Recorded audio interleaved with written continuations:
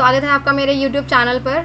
और इस वीडियो में हम पढ़ेंगे 9th chapter class 6 NCERT social science का।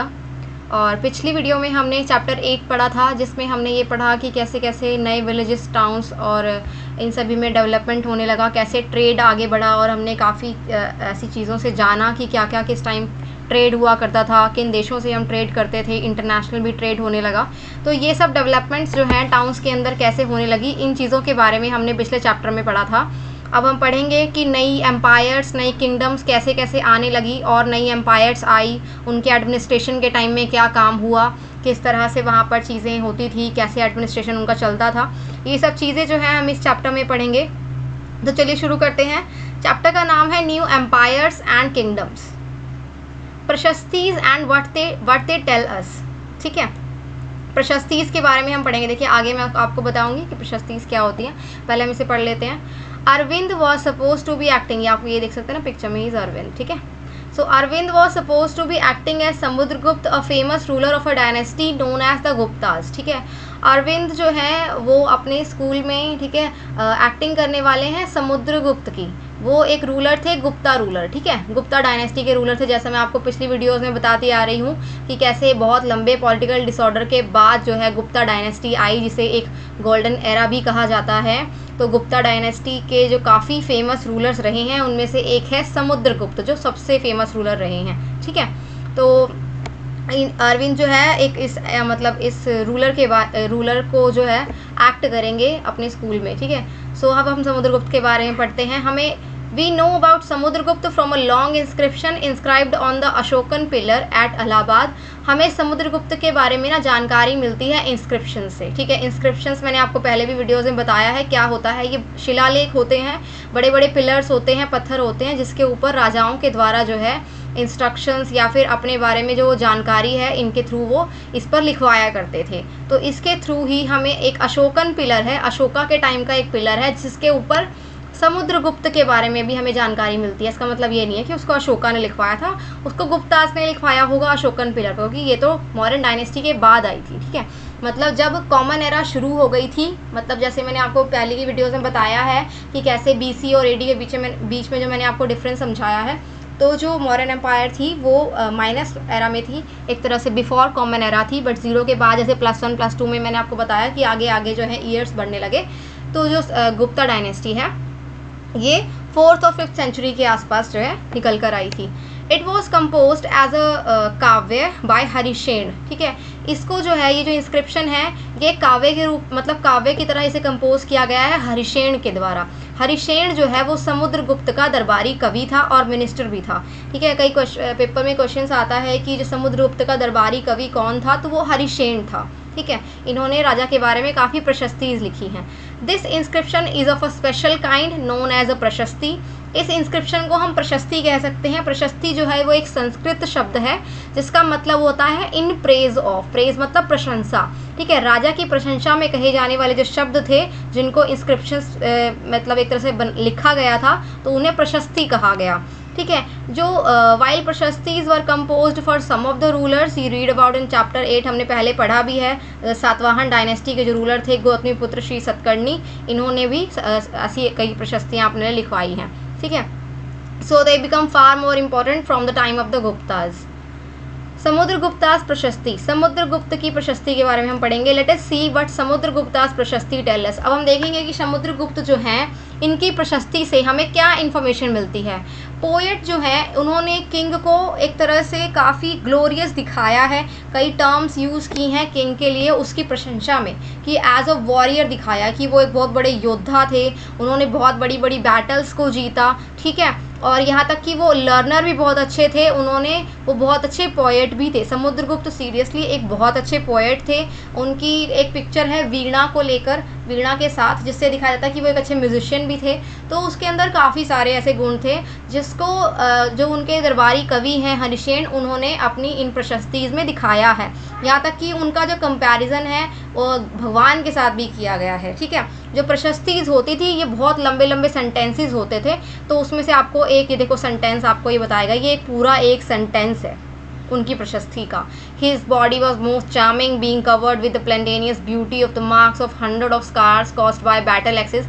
मतलब इन शॉर्ट मैं आपको बताऊँ तो इसमें लिखा है कि जो वो राजा है उसकी बॉडी इतनी चार्मिंग है जो कवर हो रखी है उन निशानों से जो उसको उसकी बैटल्स से मिले हैं, उसने जब लड़ाइयाँ की हैं उसमें जो तलवारों से ठीक है, जो भी वो उस टाइम जो भी तीर वगैरह होते थे, इन सब चीज़ों से, वेपन्स से जो भी उसकी बॉडी पर स्कार्स लगे हैं वो राजा की ब्यूटी को दर्शा रहे हैं। ये सब मतलब समुद्रगुप्त को एज अ वॉरियर दिखाया गया है उस प्रशस्ति में। ठीक है, if you look at the map 7, आगे मैं आपको मैप दिखाऊंगी, you will notice an area shaded in green. चलो देख ही लेते हैं। तो जो ग्रीन में शेडेड एरिया है, ये वाला जो एरिया है, ठीक है, ये वाला एरिया, इसमें 4 सिटीज़ दिख रही हैं, कन्नौज, प्रयाग, पाटलिपुत्र, नालंदा।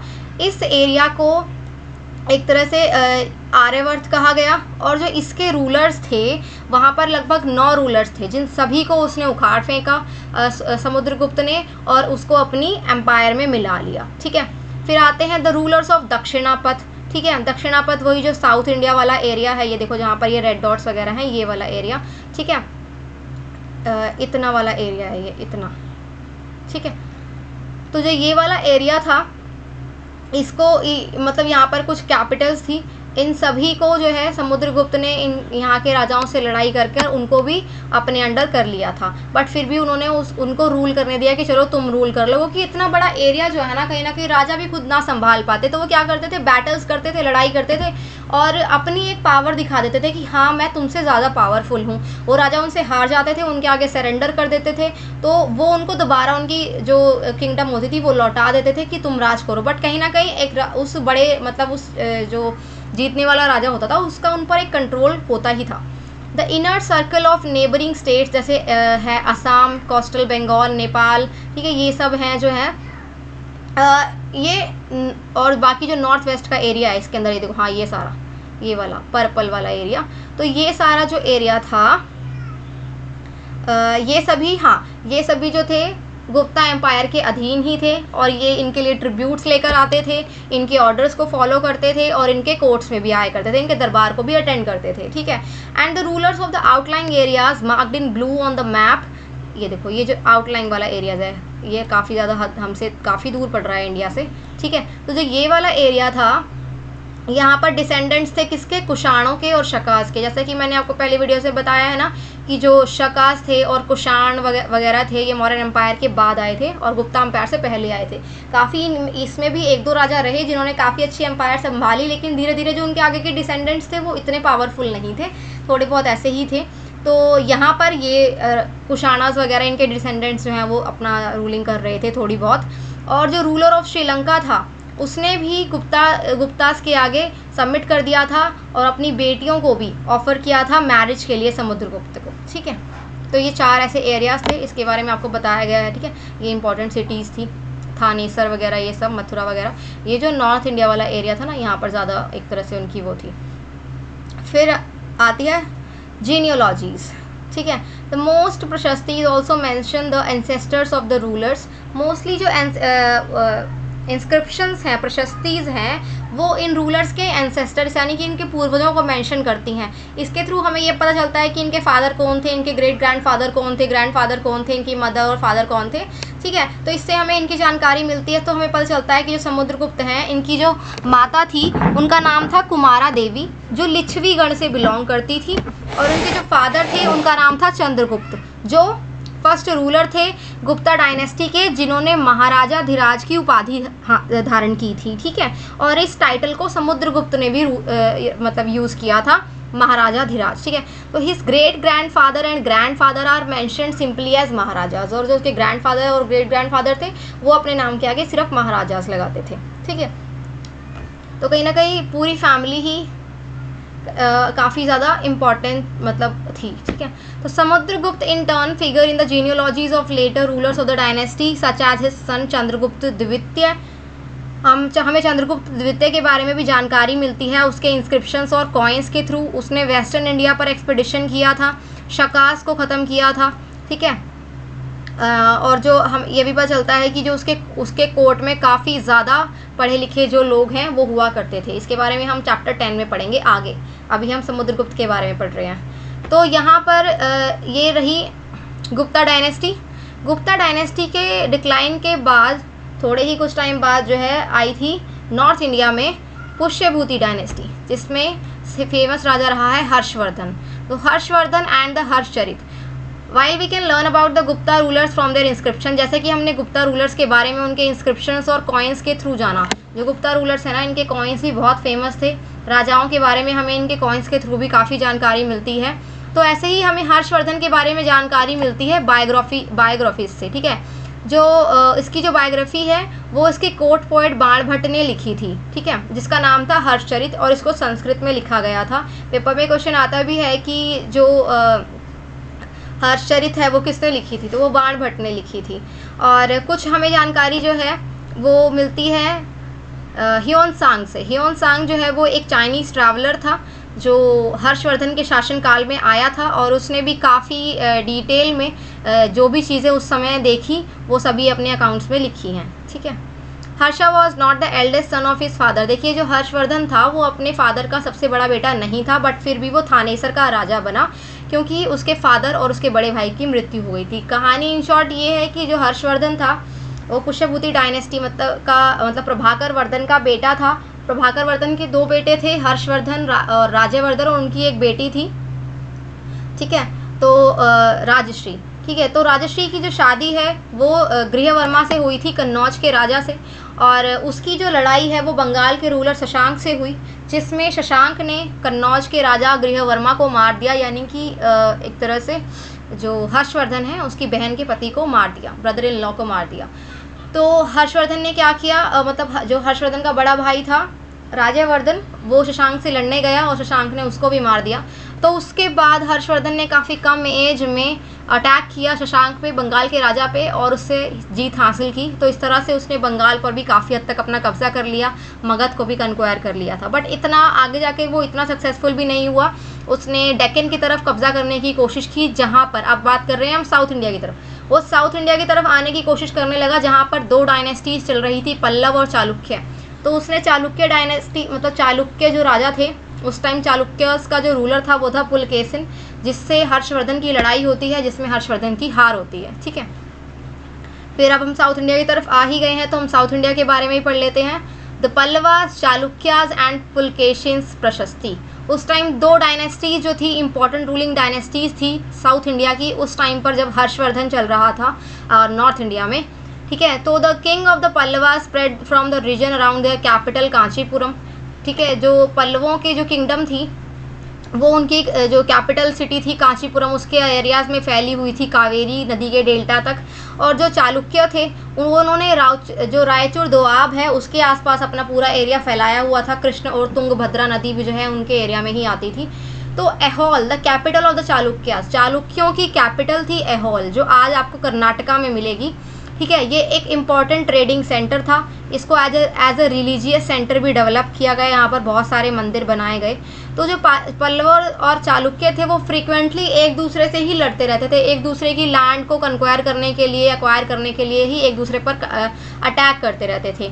तो जो बेस्ट नोन चालुक्य रूलर था वो था पुलकेशिन सेकंड, हिंदी में बोले तो पुलकेशिन द्वितीय, ठीक है, जिसके बारे में हमें जानकारी मिलती है उसकी प्रशस्ति से।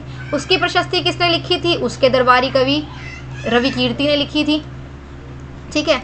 तो पुलकेशिन का जो दरबारी कवि था वो था रवि कीर्ति, जैसे कि हर्षवर्धन का दरबारी कवि हरिशेन था जिसने हर्षचरित लिखी, ऐसे ही जो पुलकेशिन द्वितीय है उसका दरबारी कवि रवि कीर्ति था जिसने पुलकेशिन को लेकर प्रशस्तियाँ लिखी।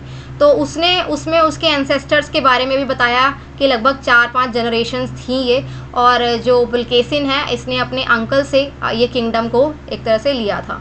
सो अकॉर्डिंग टू रवि कीर्ति के अकॉर्डिंग जो है उसने एक्सपेडिशंस किए वेस्ट और ईस्ट दोनों कोस्ट पर, ठीक है। जो ये वेस्ट था, वेस्ट और ईस्ट दोनों कोस्ट पर उसने एक्सपेडिशंस किए, ठीक है। और there is an interesting play of words in the poem. जो रवि कीर्ति है उसकी पोएम में ना कुछ प्ले जो वर्ड प्ले थोड़ा सा किया गया है, जैसे कि हर्ष का मतलब हैप्पीनेस होता है, हर्षा मीन्स हैप्पीनेस। तो पोएट ने ये कहा कि आफ्टर हिज डिफीट, वो हर्ष के बारे में बोल रहा है कि उसकी हार के बाद Harsha was no longer Harsha. यहाँ पर एक ताना कसा जा रहा है हर्ष के ऊपर कि हार के बाद जो है वो हर्ष नहीं रहा, मतलब हर्ष जो है वो खुश नहीं हुआ होगा ऑब्वियसली, ठीक है। वो तो Pulakeshin also attacked the Pallava king who took shelter behind the walls of Kanchipuram. अब देखो दो डायनेस्टी चल रही थी, एक थी पल्लवा और एक थी चालुक्य, ठीक है। तो जो पुलकेशिन था उसने चालुक्यों के पल्लवास के ऊपर जो है अटैक किया, ठीक है। तो उन्हें भी कहीं ना कहीं शेल्टर लेना पड़ा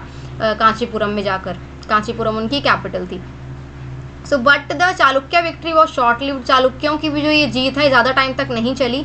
पल्लव और जो चालुक्य हैं धीरे धीरे डिक्लाइन करने लगे। ऑब्वियसली जब धीरे धीरे उनके नए नए डिसेंडेंट्स आने लगते हैं तो वो कमज़ोर राजा भी होते हैं, तो इस तरह से वो डिक्लाइन करने लगे। और उसके बाद नई डायनेस्टीज़ निकल कर आई, वो थी राष्ट्रकूट और चोला डायनेस्टी, ठीक है। तो इनके बारे में हम आगे की क्लासेस में पढ़ेंगे कि चोला डायनेस्टी और राष्ट्रकूट डायनेस्टी ये भी काफ़ी फेमस साउथ इंडियन डायनेस्टीज़ रही हैं।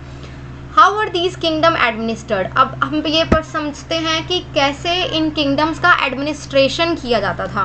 सो as in the case of earlier kings, land revenue सबसे ज़्यादा इंपॉर्टेंट थी। पहले के राजाओं के बारे में पढ़े तो उनके लिए सबसे इंपॉर्टेंट लैंड रेवेन्यू ही हुआ करता था, और विलेज लेवल पर ही उनकी अच्छी खासी एडमिनिस्ट्रेशन होती थी। कुछ ऐसा किंग के दरबार में कुछ कोई इतनी बड़ी एडमिनिस्ट्रेशन नहीं थी, पर धीरे धीरे डेवलपमेंट्स होने लगी और वो लोग क्या करने लगे, जो पावरफुल लोग होते थे ना उनको अपने एडमिनिस्ट्रेशन के अंदर रखने लगे। अब वो लोग चाहे पॉलिटिकली पावरफुल हो, इकोनॉमिकली पावरफुल हो, सोशली हो, या मिलिट्री स्ट्रेंथ उनकी अच्छी हो। एग्जाम्पल के लिए जैसे कि कुछ इंपॉर्टेंट एडमिनिस्ट्रेटिव पोस्ट जो हुआ करती थी वो हेरिडेटरी हुआ करती थी, मतलब फादर के थ्रू उसके बेटे को मिलती थी।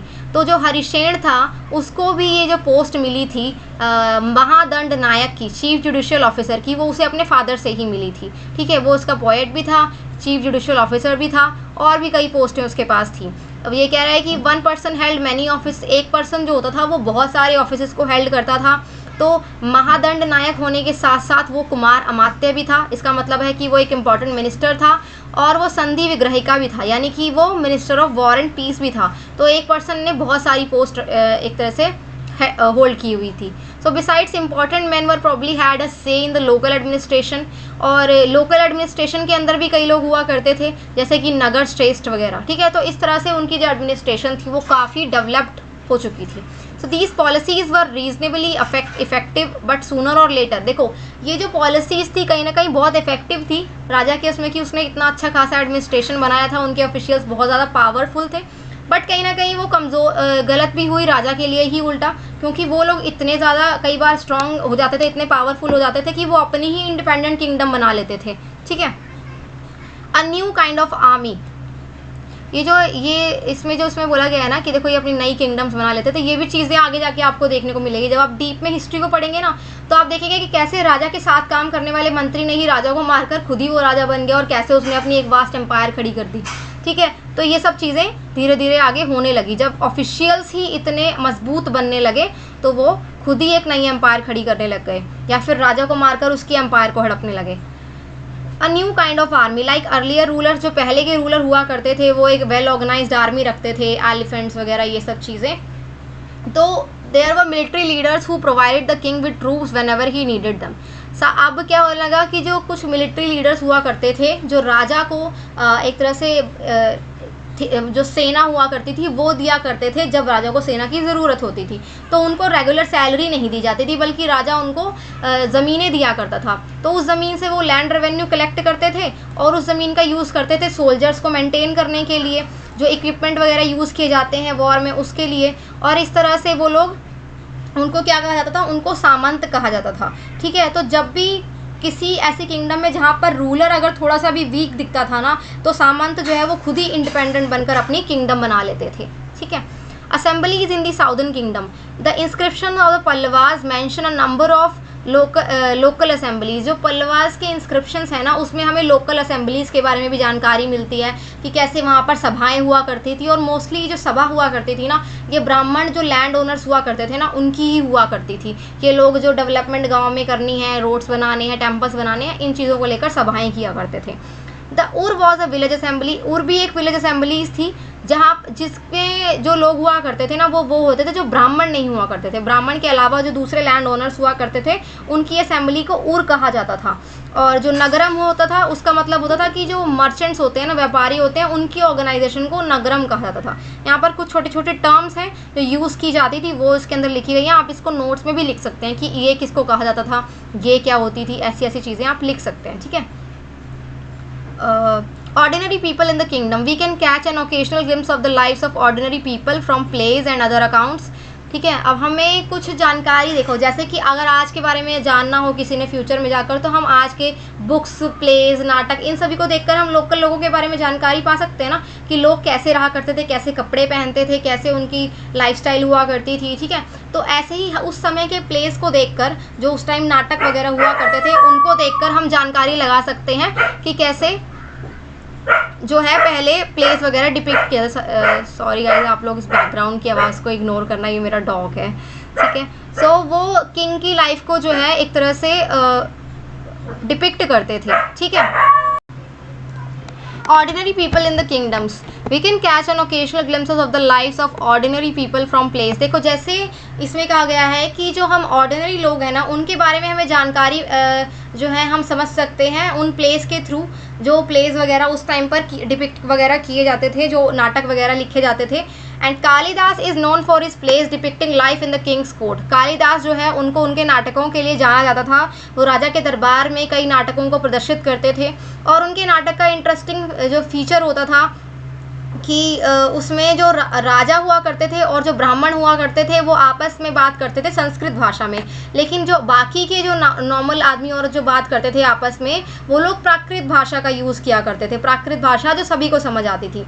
तो उनका एक फेमस प्ले था जिसका नाम था अभिज्ञान शाकुंतलम, ठीक है। ये बहुत फेमस प्ले है, एक नाटक है जिसको कालिदास ने लिखा था, ठीक है। इसके अंदर एक लव स्टोरी है, राजा के नाम राजा दुष्यंत और एक जो इसमें यंग वुमेन रही है शकुंतला, ठीक है। तो इन दोनों की लव स्टोरी के बारे में है ये कहानी, ये नाटक। और इसके अंदर हमें एक इंटरेस्टिंग डिस्क्रिप्शन मिलता है एक पुअर फिशरमैन के बारे में। अगर आपने ये नाटक पढ़ा हो ना तो आप ये पढ़ लेना कभी, अगर आपको कभी मौका मिले तो। ये अभिज्ञान शाकुंतलम के अंदर जो कहानी है, फिशरमैन का एक छोटा सा पार्ट है जो उसके अंदर बताया गया है कि कैसे उसको एक रिंग मिलती है जो राजा ने शकुंतला को दी थी, और फिर वो रिंग को वापस देने राजा को जाता है और राजा उसे फिर रिवॉर्ड देता है, ठीक है।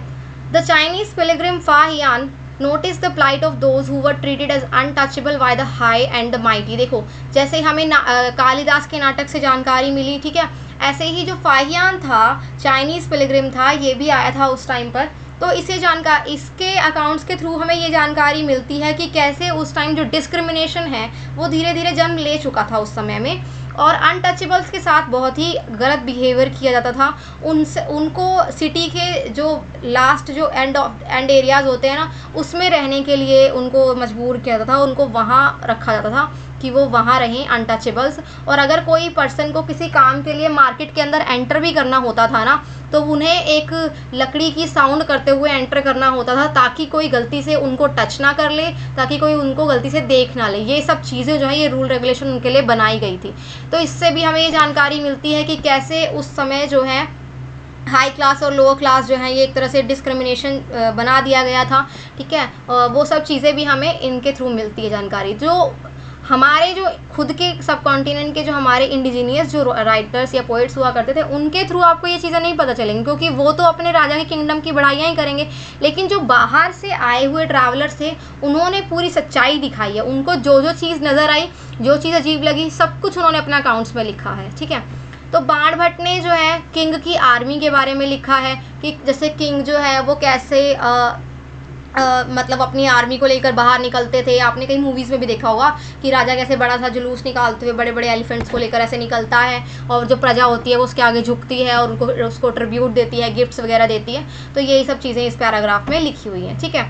तो ये हमारा 9th चैप्टर भी ख़त्म होता है गाइस, और इसके बाद हमारा लास्ट चैप्टर बचा है 10th चैप्टर, हम वो पढ़ेंगे। और उसके बाद हमारी जो 6th क्लास की NCERT है सोशल साइंस की वो कंप्लीट हो जाएगी, और उसके बाद हम सेकंड जो है 7th क्लास जो है वो शुरू करेंगे, ठीक है गाइस। तो आप ऐसे ही बस मेरी वीडियोस को देखते रहिए, आपको कम्प्लीटली जो है ये चीज़ें समझ आ जाएंगी। बस आप मेरी वीडियोस जो है ये स्टार्टिंग से आप देखना बस, ठीक है।